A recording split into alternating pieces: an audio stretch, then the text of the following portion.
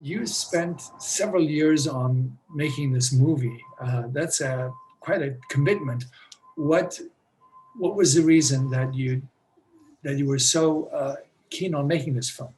It took 3.5 years or so for me to make this film between research, shooting, editing, but it took Mike 40 years to be able to bring his parents home.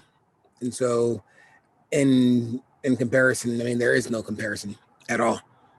And to be around somebody who was so committed and was so determined, it was I mean he just wanted his parents home. And he's wanted to do whatever it took to get his parents home. And there was such love and beauty in that.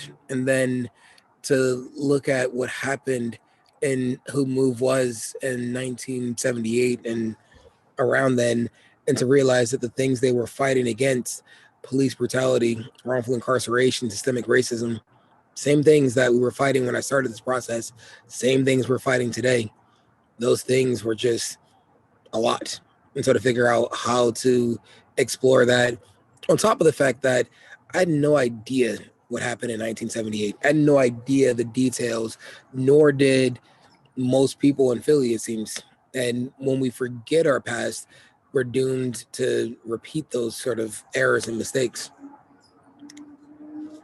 Um, like you just said, very little has changed Yeah. in that regard. And this guy, Rizzo, the police chief who became the mayor, he's kind of an archetype, isn't he? I mean, we see him all over the map, and we see him in the White House now, don't we? That we do.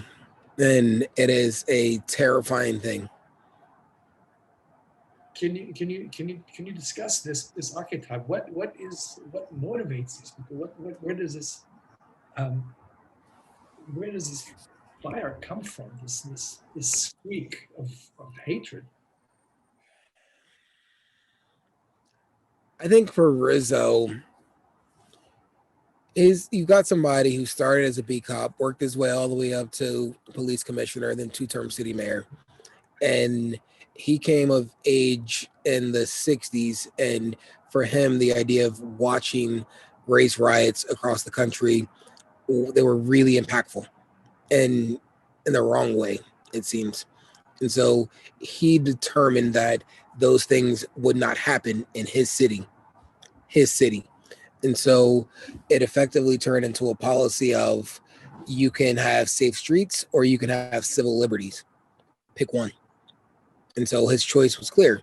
It was safe streets and it didn't matter the cost, but his definition of safe streets. And when you do that, you begin to justify all sorts of things, including dehumanizing a people if they are a nuisance or they don't fit within whatever preconceived idea or construct you have. In your film, the press plays a pretty prominent role in many ways. You use Hmm. terrific archival footage from the press, and they're Thank you. part of the problem, are they not? Often, and at least in your story. They they they were, because there was the dehumanizing of Move wasn't done just by the government, the local government. The media significantly, they misrepresented so much of who they were and what happened, and they were not portrayed accurately, and there was so much nuance and detail and complexity that was left out. And once you dehumanize a people, it is very easy to accept whatever happens to them because they deserve it, because they are subhuman. And that's a lot of what happened, because these were the 70s. There was no social media, there was nothing but newspapers and news stations, and they were all saying the same thing. Well, okay, then I guess it's true. I guess they're savages if that's what the news is telling me.